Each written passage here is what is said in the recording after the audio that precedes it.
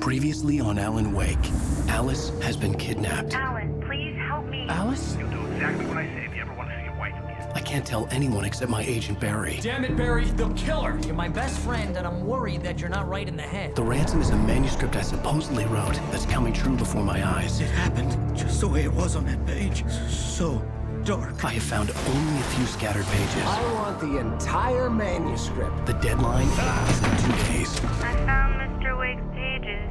Good girl. How the hell did she get her hands on the manuscript anyway? I don't know. She's resourceful. I told you were too hard on her. Listen, I found out all sorts of interesting stuff while I was digging around. Yeah. Mr. Wake, it's Sheriff Breaker. We have an FBI agent here, Agent Nightingale. FBI? He's anxious to see you. You'd better come to the station. Okay, I'll be right over, Sheriff. Let's make this quick, huh? Help you folks? Name's Randolph. I'm the manager. We're looking for Rose. Works as a waitress down at the diner. Rose, sure. Nice girl. Who wants to know? I'm Alan Wake. The writer, huh? I heard on the radio you were visiting. Well, I'll show you her trailer. That Rose, she's a nice girl. Always pays her rent on time. As I was saying, Al, I found all sorts of weird stuff from the local newspaper's archives. This place is crazy. Disappearances, mysterious deaths, urban legends come true, and get this, most of this stuff takes place around Cauldron Lake. Well, you ain't wrong, mister. The Indians thought the lake was a doorway to the underworld. I'm the God-fearing type myself. I don't hold with that sort of thing. Yeah, okay. Anyway, there was an island there owned by a guy called Thomas Zane. Now, some of the articles I found about him make him out to be a famous writer, but I ran a bunch of searches, couldn't find a single thing he wrote. Zane was heavily into diving, so much so that the place came to be called Diver's Isle.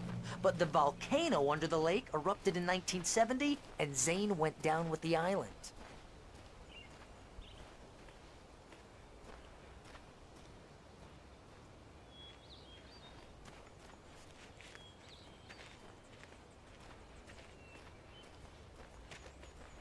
Yeah, how about that?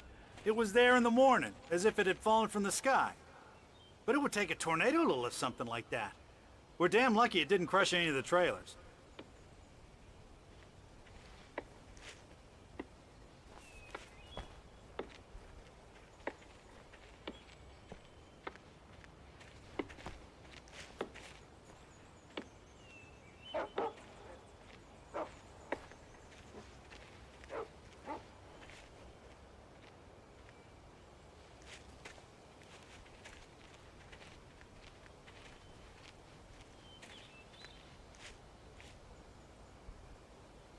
It gets better. A local girl, Barbara Jagger, drowned in Cauldron Lake just a week earlier. They were lovers. Sure, Jagger's a local spook story. The Scratching Hag comes for you in the dark. Childish stuff like that. Anyway, Al, I'm just getting to the best part. All of the articles about this stuff were written by Cynthia Weaver. I asked around, and she's that crazy bag lady you met. What, the lamp lady? She can be a little loopy, but she's not homeless or anything. Yeah, anyway, she knew both Jagger and Zane before they both died, and she had some kind of a breakdown.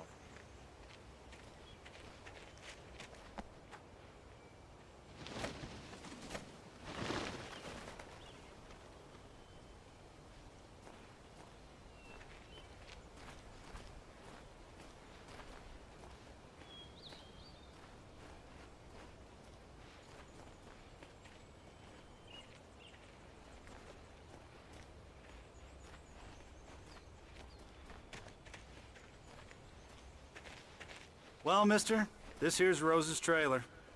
You mind me asking what you want with her? We're just here to talk to her, pal.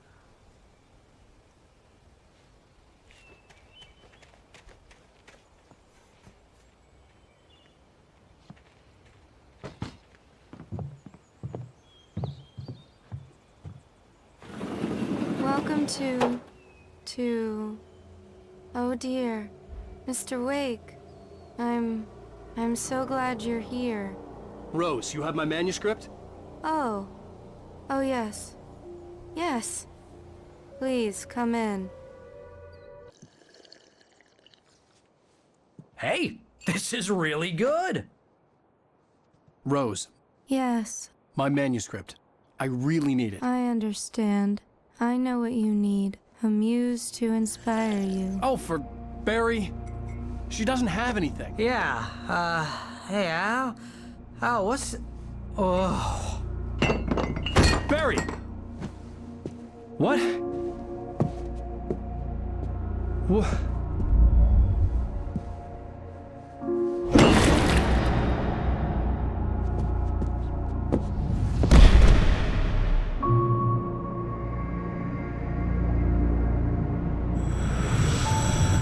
It's coming for you, hiding in my barber's skin. I'm too weak to stop it. You must turn the lights on. I promised I'd come visit you and your lovely wife. You must finish what you started. I insist. You must turn the lights on. Turn the light on. Back to work, boy.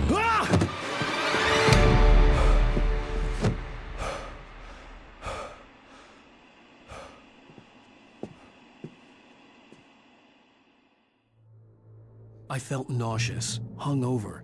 Only anger kept me going. I can't tell reality from dream anymore, but it seems I have an imaginary editor to help me. She's an old woman in a funeral dress. I call her Barbara Jagger. She's very strict. I'm writing faster and faster. My manuscript is being heavily revised. The edits are getting very aggressive, and each day there's less of me and more of her. I hate it, but I know she's right. She promises me I can save Alice this way. She knows more of this than I do. About the complex incantation I'm attempting. About this place. She's worked with another writer under similar circumstances, Thomas Zane. The genre of the story seems to be shifting. It's turning into a horror story. I'm getting close. I can feel it.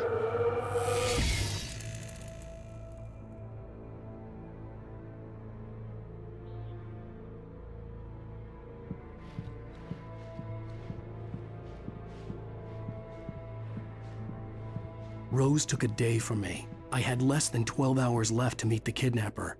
All I could do was get Barry into the car, work something out once I got on the road. Barry was out of it. He was way too heavy to carry. You're right. I deserve more money. I'm so handsome. Welcome to the Oh Dear Diner. What can I get you today? Coffee? I couldn't work up much hate for Rose. Something had used her to get to me and left its mark. My gun and flashlight were gone. I'd have to find a way to get Barry into the car as quickly as possible. There was no time to waste. Mr. Randolph liked Rose. That little smile she had. How she was still sweet when life had tried so hard to make her bitter. It wasn't any of his business what she did in her trailer. But those strangers, the writer and his smart-ass sidekick, looked like trouble. And they'd been in there for hours, way past her normal bedtime. He reached for the phone and called the sheriff's station. Come back.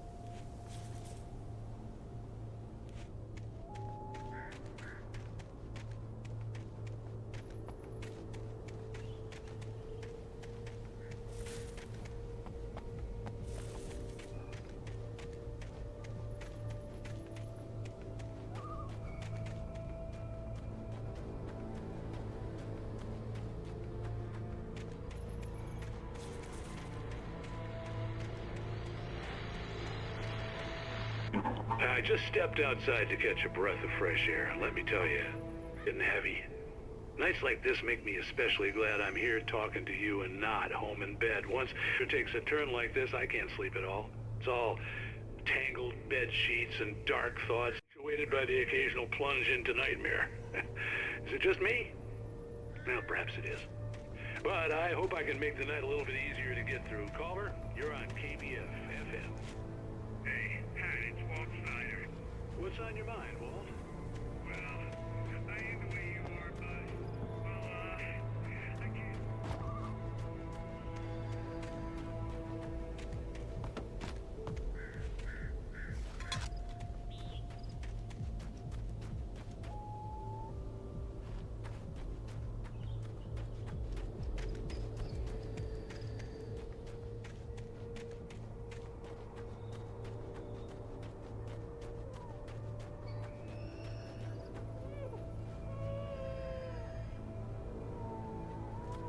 Oh, you're gonna get it now. God knows what you've done to that poor girl. This is Agent Nightingale, FBI! Get him up, Hemingway! You're under arrest! You move a muscle, I'll unload right in your goddamn face! Stay right where you are, Slane!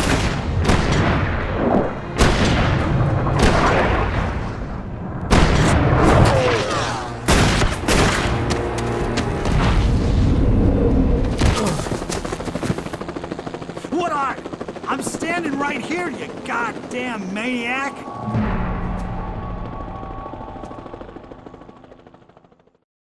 I hated to leave Barry behind, but there was no way I'd miss my appointment with the kidnapper. Give it up, Mr. Wake! Come on! Make it easy on him! Get after him! Don't let him get away! Move it! Move it! Move it! I'll have your charge if you let him get away!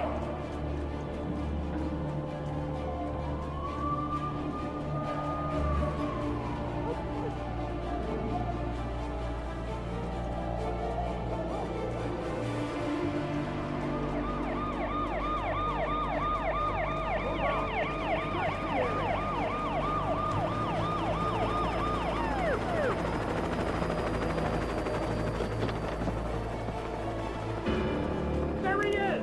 There he goes! Okay, men. Keep your eyes peeled. He's gonna try to make it through here. Oh, damn. Man out! Over here! There he goes!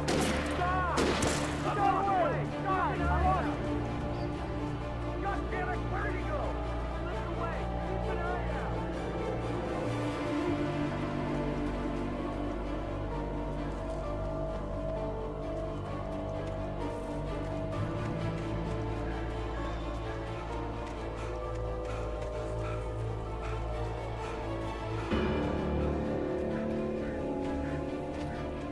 He's gone! Come on, guys! We need to head him off! For decades, the darkness that wore Barbara Jagger's skin slept fitfully in the dark place that was its home and prison. It was hungry and in pain. It dreamed of its nights of glory when the poet's writing had called it from the depths and given it a brief, terrible taste of power and freedom. The rock stars had stirred it from the deep sleep the poet had sunk it back to in the end. When it sensed the writer on the ferry, it opened its eyes.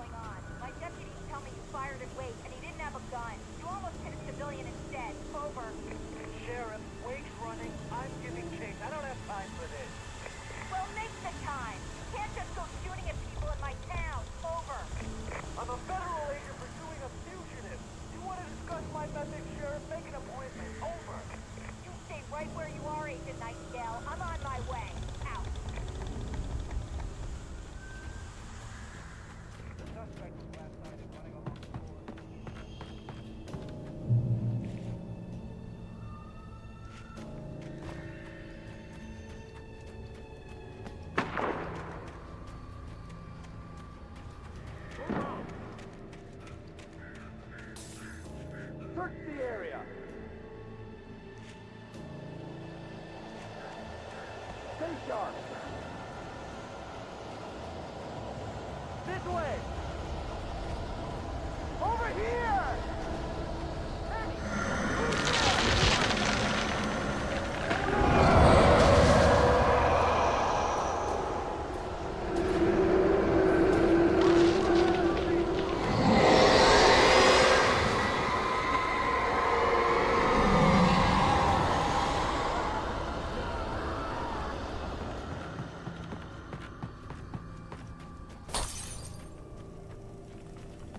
This horror was everywhere I went, circling me. The cops didn't stand a chance. They were after a writer, not a monster. Wait, are you seriously telling me that geek writer just took out my deputies? Are you kidding? I mean, have you seen this guy? He wears a tweed jacket. Over. He's the guy we're chasing. If it's not him, who then? Bigfoot? Over. I don't know yet, but I'm not in the habit of jumping to conclusions. That tends to come back and bite you in the ass. Out.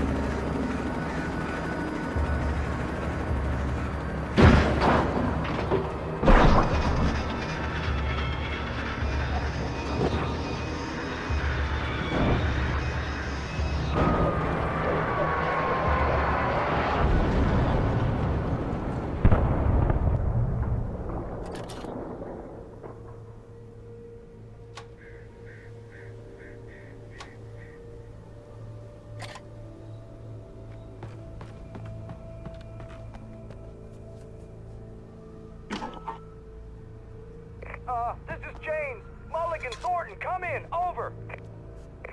Thornton here. Gates. We got both Wheeler and Rose in custody. They didn't put up a fight or anything. Why, they were... Hey, what are you doing? Come on. Sit down and give me that. Jane, Mulligan here. Over. Go ahead, Mulligan. Over. We got Wheeler and Rose here. Wheeler's drunk or hopped up on something. Speaking of which, that Fed had a pretty distinctive whiff of Otis Scotch about him, if you know what I mean. Over. I don't have anything on that, Deputy Mulligan. Over. Well, whatever. Anyway, Rose is just being plain weird here. You better get Doc in to take a look at both. Over. Gotcha. You better get them here quickly. The, Fed's gonna want to interview Wheeler. Over. Oh, yeah, I'll bet he does. Looks like they have a lot in common. Mulligan out.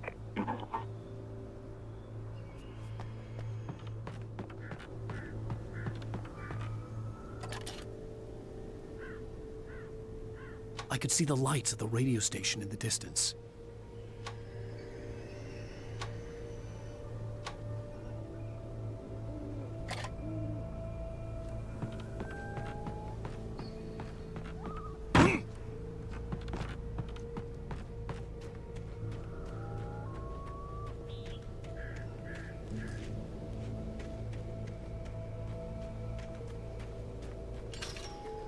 I imagined that the broadcast tower in the distance was part of the local radio station. Maine seemed like a decent guy. Perhaps he could give me directions to the coal mine.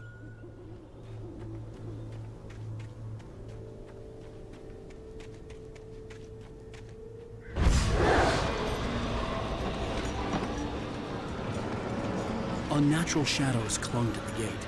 The darkness that was after me was trying to stop me. I wouldn't get through without a light.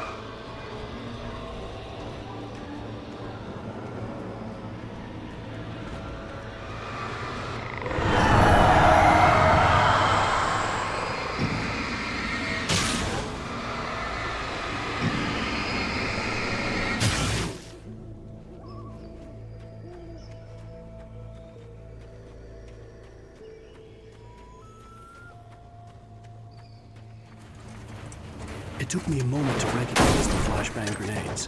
They were an ideal weapon for my situation. Team 1, come in. Over. Team 1, this is Sheriff Breaker. Report. Over. Team 2, come in. I need a report. Over. Come on, guys. Talk to me. Come in, please. Over.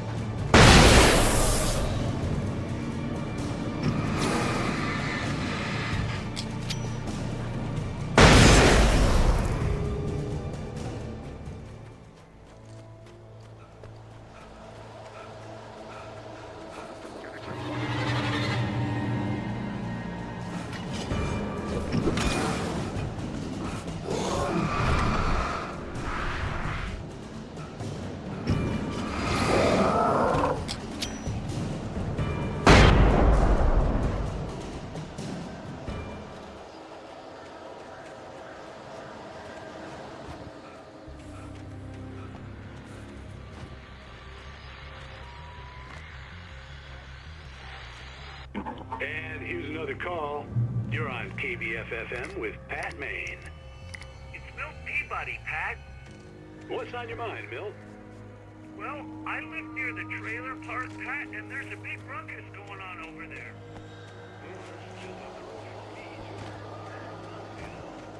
I don't know, but there's a bunch of police cars there, lots of sirens, a helicopter buzzing around, and I think I heard some gunshots. Gunshots? Yes, sir, like from a pistol. So can you find out what's going on? Because it's just next door and they're popping up.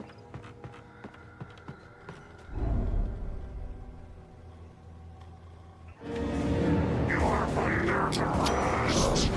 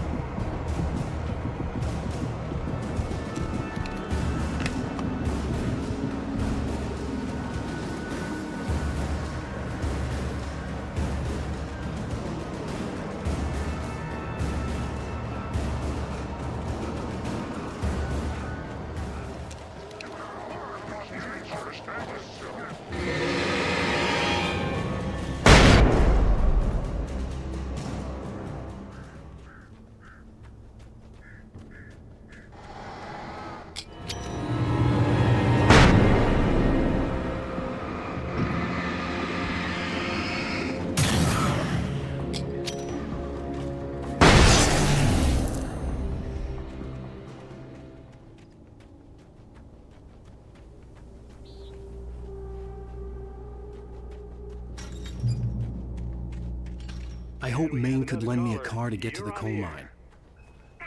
It's Lorna Miles. Oh, why, hello, Lorna. What do you have for us?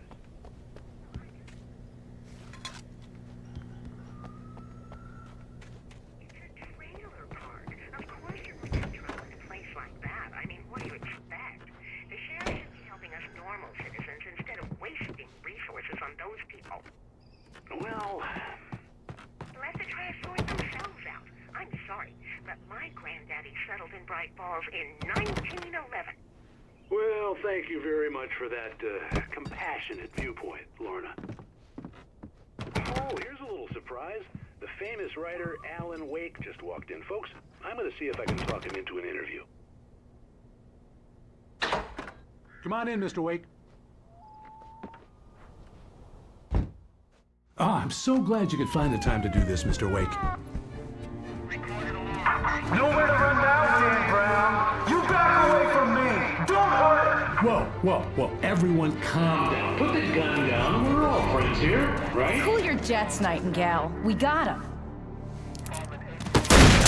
Judas Priest! What the hell's the matter with you? There's a civilian in there.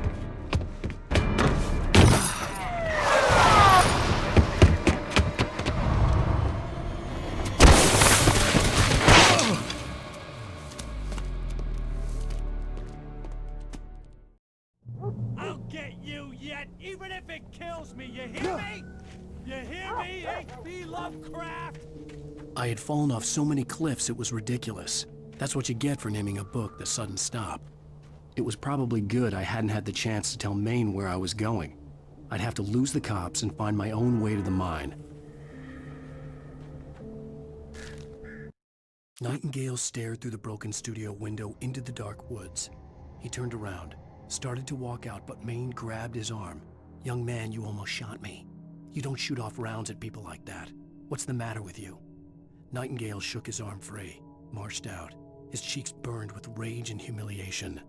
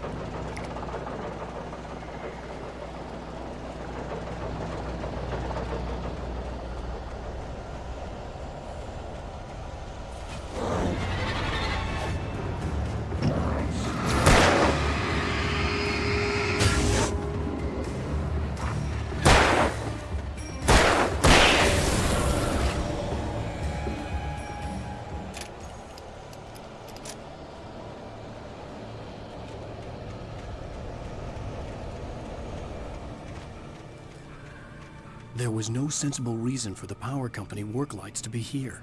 It was almost as if they'd been left for someone like me to use.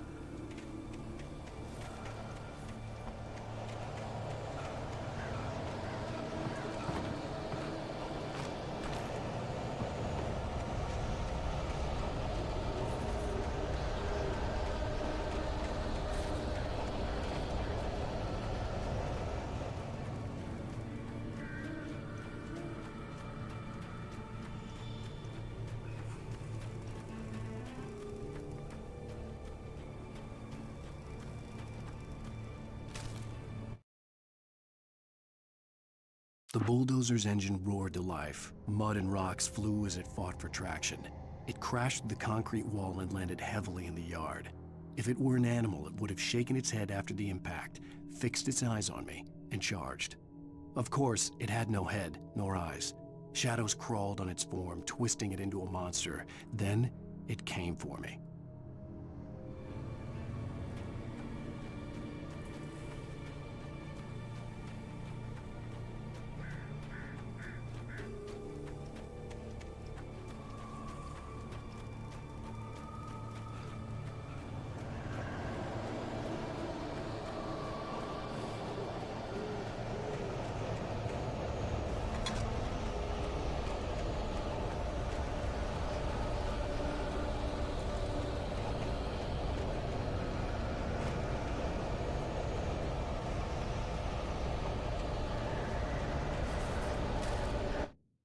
Sarah trusted her gut, and her gut said Agent Nightingale was an asshole.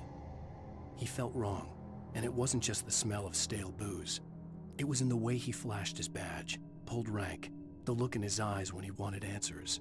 Where was Alan Wake? What was this about an accident? Where was his wife? And most importantly, why did she let Wake go? He wouldn't answer her questions. Federal business was all he'd say.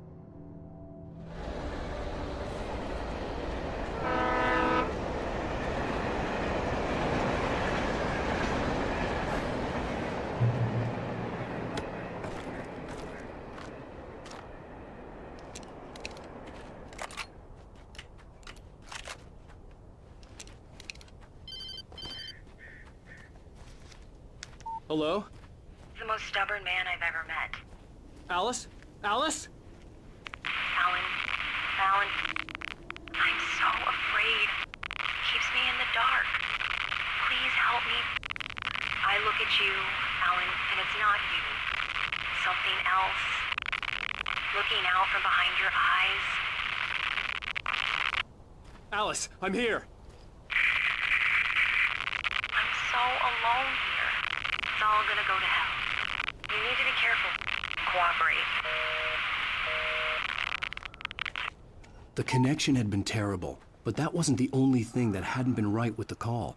She sounded wrong somehow, but she had called me.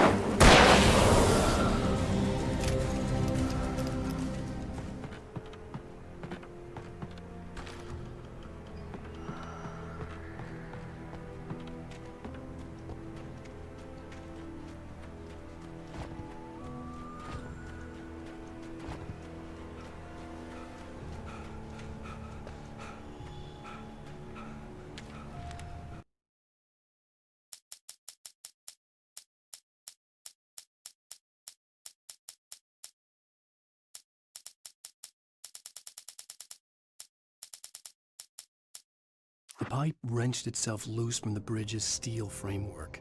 Wrapped in darkness, it floated in midair, twitching. For a moment, I didn't understand what I was looking at.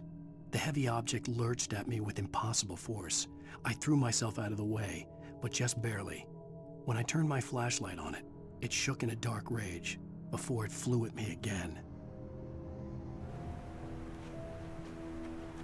I could see a railway bridge up ahead and a warehouse of some sort on the opposite shore. I hoped I could find a car from there.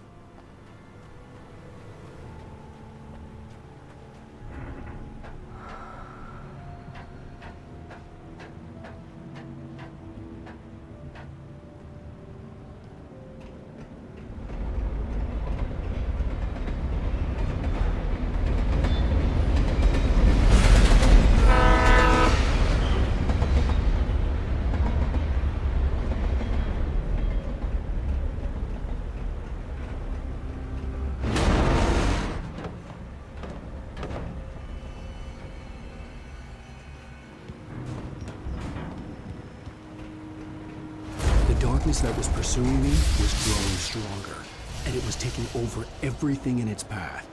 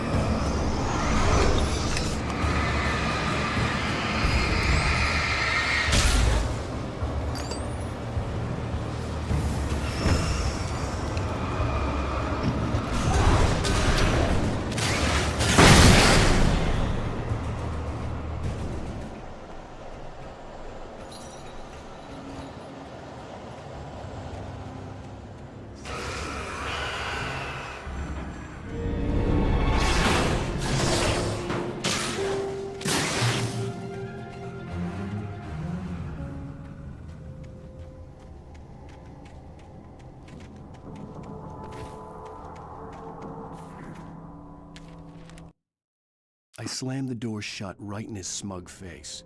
He pleaded for me to open the door. True to form, the asshole actually thought I would obey. I had no sympathy left, no guilt either, not for him. I took a moment to savor the scream. I bet I had a smile on my face. It was all that I had time for. The dark presence was inside the lodge with me.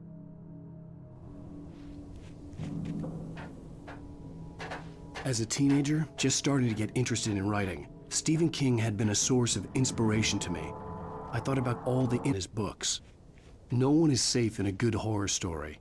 Certainly not the protagonist. That's what makes them fun. This was anything but. The darkness could possess anything, and it was getting closer.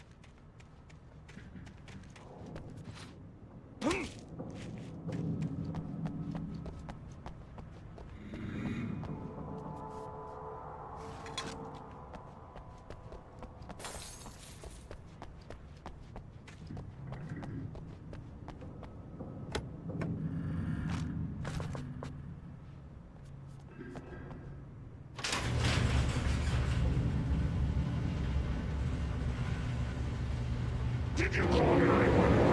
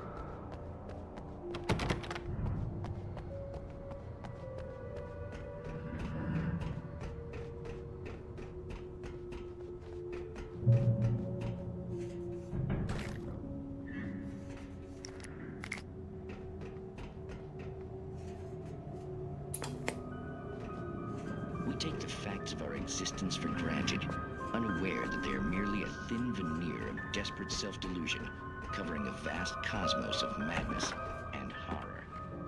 All too often, the stars are right. In nights. The darkness surged towards me, sucking everything loose from the ground into its depths, tugging at my clothes. I saw the flare the kidnapper had dropped and threw myself towards it just as I felt my feet leave the ground. The darkness embraced me with the force of a tornado. Somehow I managed to light the flare. The darkness roared and cast me away. I fell toward the dark waters of the lake far below.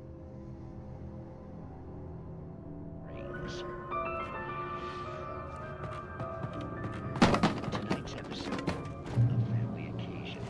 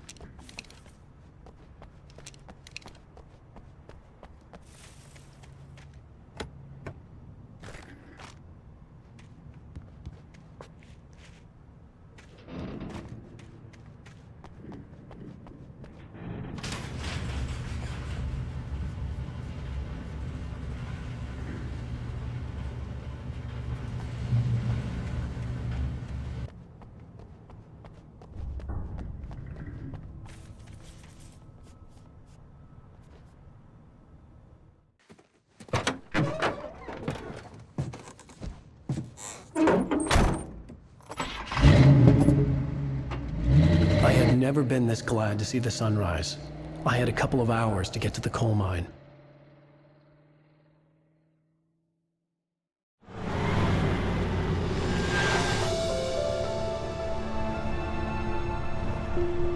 The coal mine wasn't far now.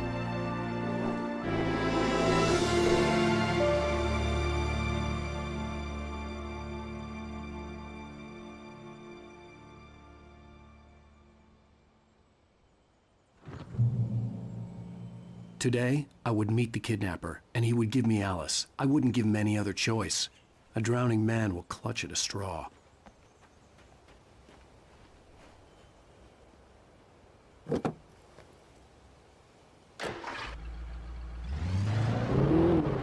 Little by little, without realizing it, I'd come to believe that the story in the manuscript was coming true. The current of its narrative had taken me deeper and deeper into dark waters. Alice had been taken from me. Barry was probably in jail. I was a fugitive from the FBI. The whole world taken over by the Dark Presence was trying to destroy me. It all felt real, but it matched a textbook case of insanity.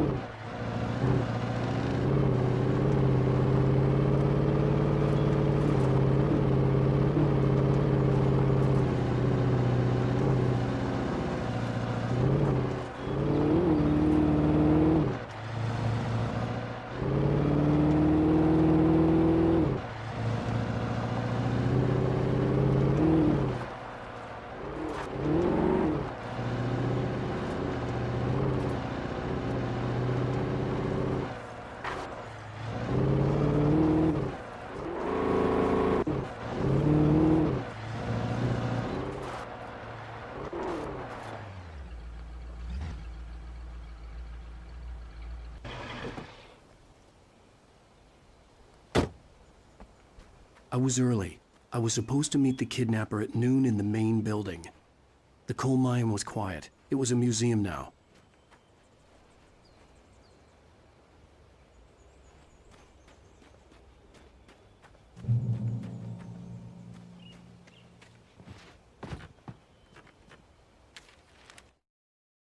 With Nightingale gone and the night wind blowing in through the broken studio window, Maine stared at Sarah. The sheriff looked away. Maine's voice shook with barely controlled anger. That boy's doing more drinking than thinking. I hope you know what you're doing, Sarah. He's got a sickness in his eyes. You take my word for it. He wants Wake for a reason, and it's not for anything good.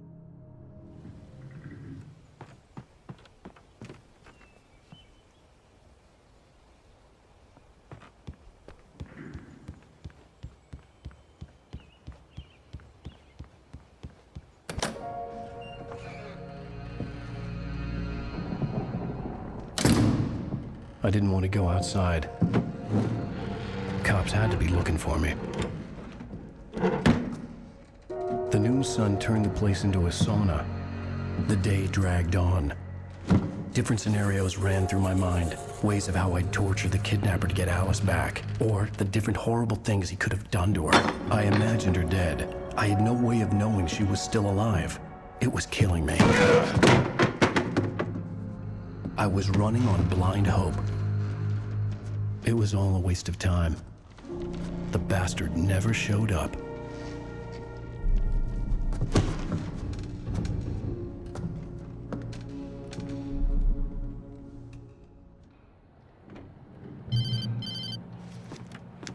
Wake! Where the hell are you? Change of plans. You know where Mirror Peak is? It's a big mountain north of where you are. You follow the path from the mine, you can't miss it. There's a lookout point there. I'll be waiting. I'm through being jerked around by You you. want to see your wife alive? Because if you do, you better watch what you say to me. Do we understand each other? I want to talk to Alice. Yeah, and I want the manuscript. Don't keep me waiting, Wake. Hello? Hello? Ah! I'm gonna kill him. I had to get to Mirror Peak.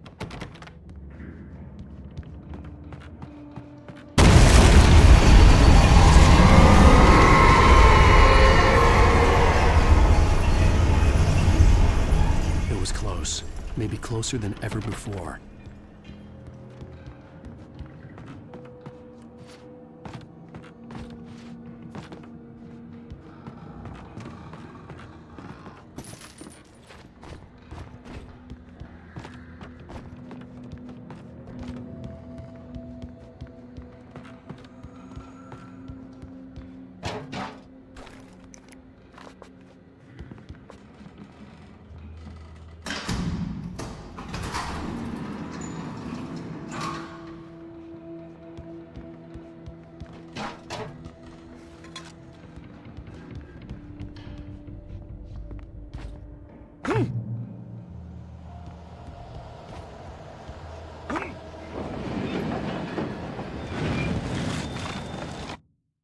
When Thomas Zane fell for Barbara Jagger, it happened fast. She was young, vibrant, and beautiful, full of life. He had never been a very happy man, and without any seeming effort, she had changed all that. Zane felt good for the first time in his life. Everything she did was another piece of a jigsaw puzzle he hadn't even known he'd been missing. And best of all, she made the words flow, strong and sharp. She was his muse.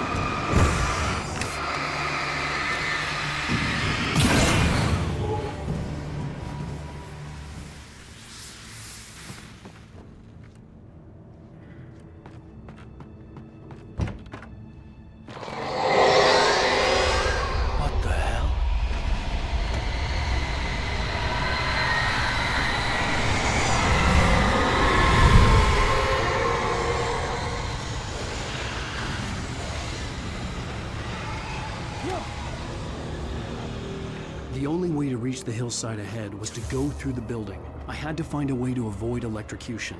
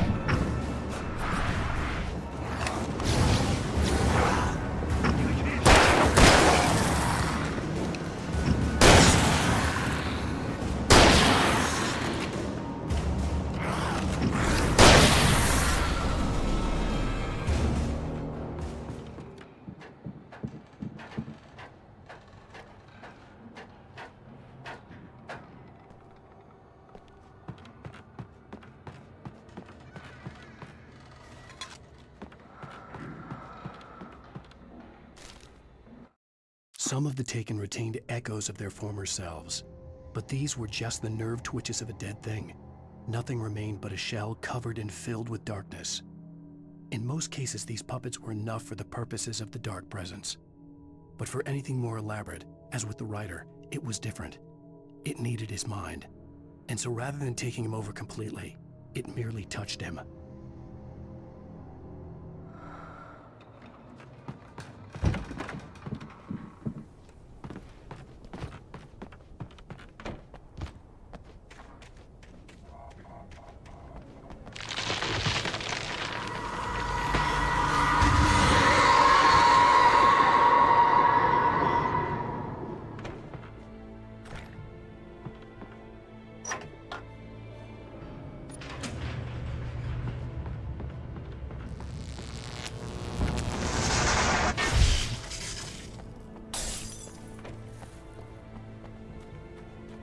There was no way the flashbang grenades were standard power company equipment.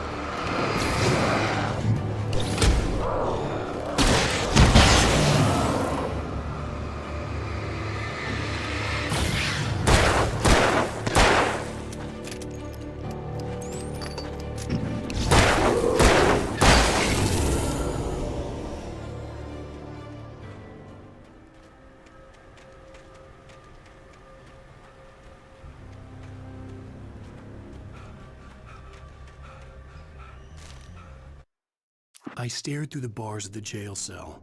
Barry stood behind me, swaying on his feet, looking as ill as I felt. Agent Nightingale stood on the other side of the bars with Sheriff Breaker. Nightingale had a stack of manuscript pages in his hand. He seemed unhinged as he gloated. "Well, I've got you now, Raymond Chandler. It's all here. All the evidence, including conspiracy to murder a federal agent."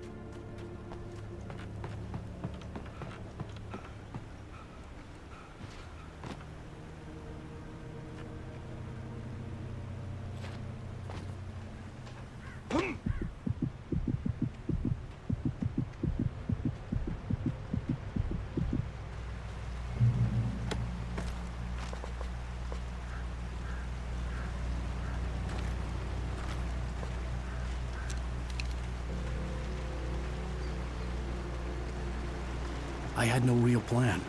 I was going to give the kidnapper all the manuscript pages I had for Alice. If that wasn't enough, I'd hold him at gunpoint and make him talk.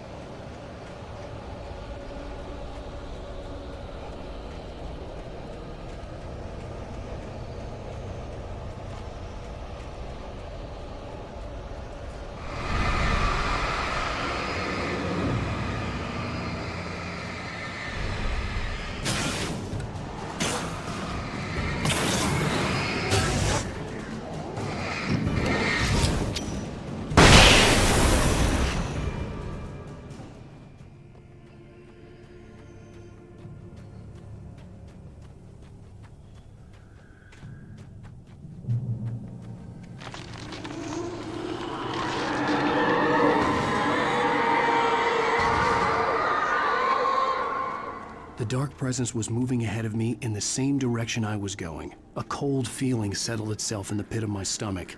Was it going for Alice?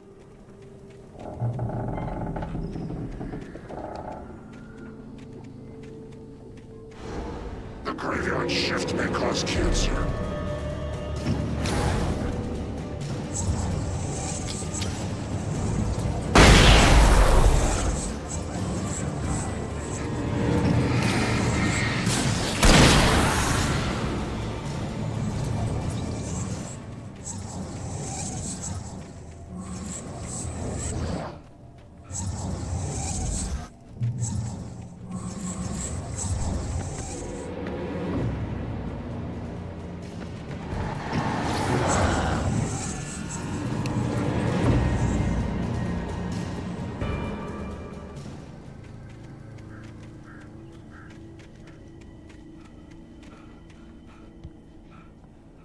The place was dead, a ghost town. Had been for decades, maybe a century.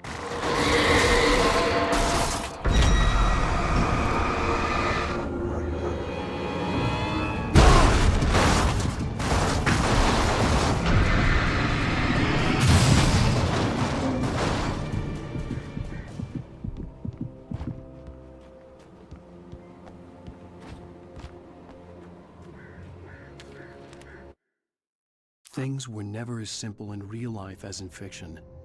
I had lost count of the times I had wished there'd be a clear reason for my writer's block. Something to fight, something to lash out on. There wasn't. I was filled with doubt. I was nothing like the hero in my books. Alex Casey had gone through his life with single-minded determination, never wavering from his goal. Even now, I was angry at myself, angry at Alice, angry at Barry. I was fumbling and I had no plan.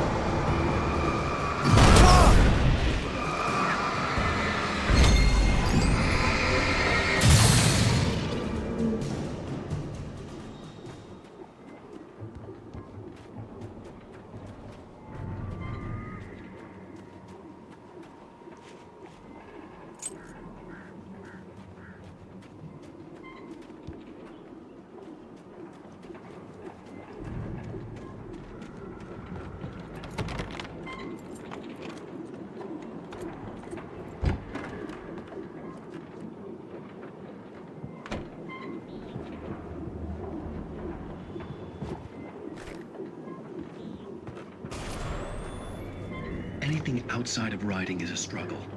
I feel ill. I managed to make my way downstairs. There's a shoebox filled with books and papers by Thomas Zane. It's very hard to focus, but I managed to read some of it. He's a poet, and a good one.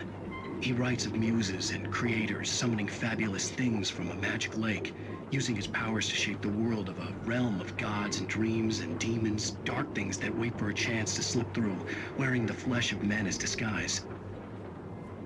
Zane writes about himself, his girlfriend being taken over by a dark presence, about growing scared of the lake.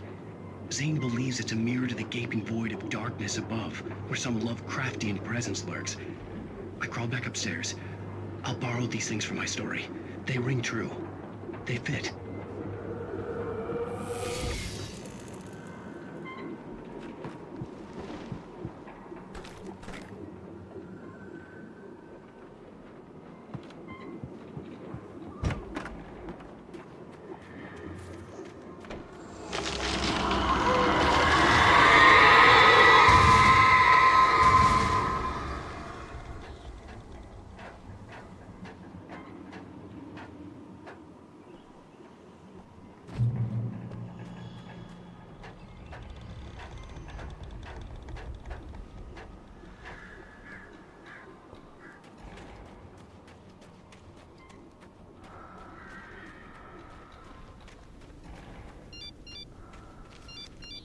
The kidnapper had sent me a text.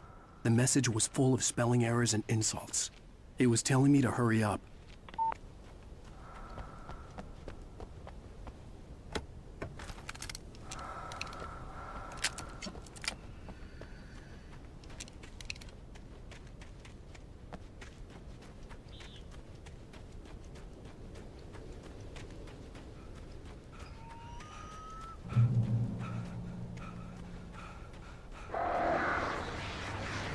Birds.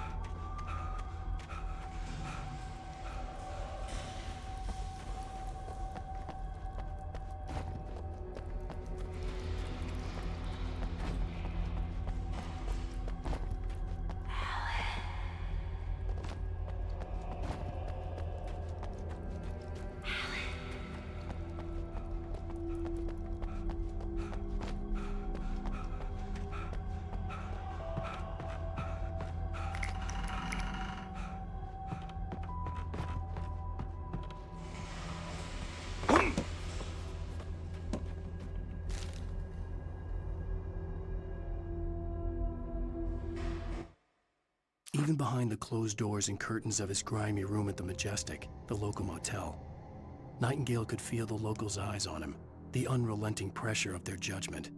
He forced it out of his mind. For all he knew, they could all be under Wake's spell already. You do what you have to do to get the job done. He took comfort from the bottle in his hand. Please, he thought, just let me get through this.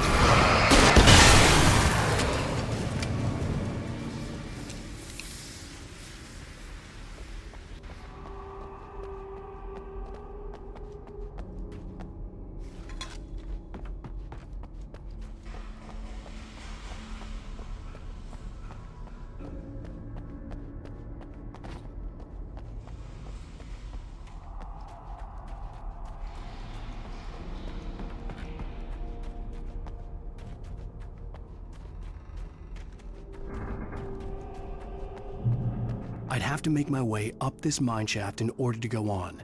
Maybe the machinery could help me with that.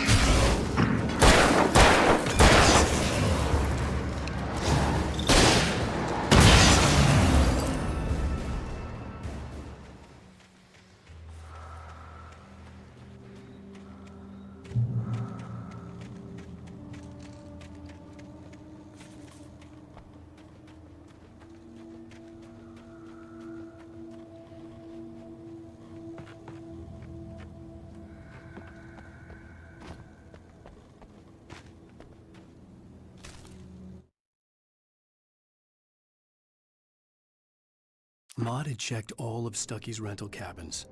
There had been no sign of the Wakes. It was dark when he'd found their car parked at the end of the road by Cauldron Lake. It made no sense. They must have taken a wrong turn, but there was no sign of them, and the car had been there for hours already. Frustrated, Mott stood on the rotten ruin of the footbridge that had once led to Diver's Isle before it sank beneath the waves years ago. The boss wouldn't be happy.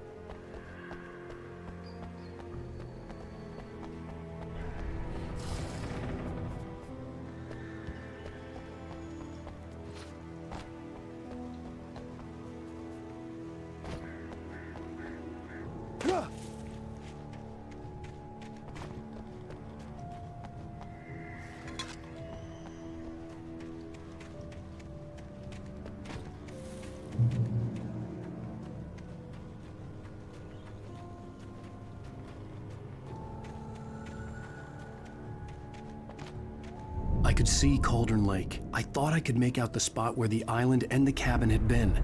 There was a light near it. It had to be a boat.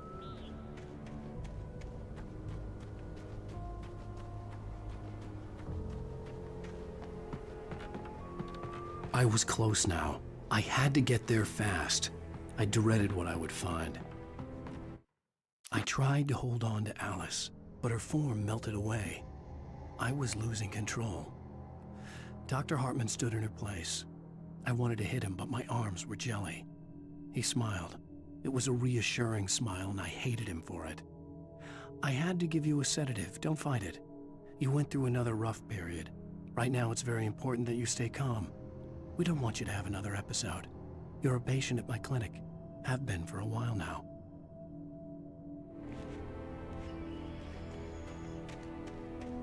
Wait! Are you? Wait! Hey, I'm here! I'm coming! No! Get away! Sorry. Please, lady. The boss didn't know who he was messing with. I didn't know. I swear I didn't know. We don't have his wife. We don't know where she is. She's probably drowned. We just said we had her to make a play ball. You see?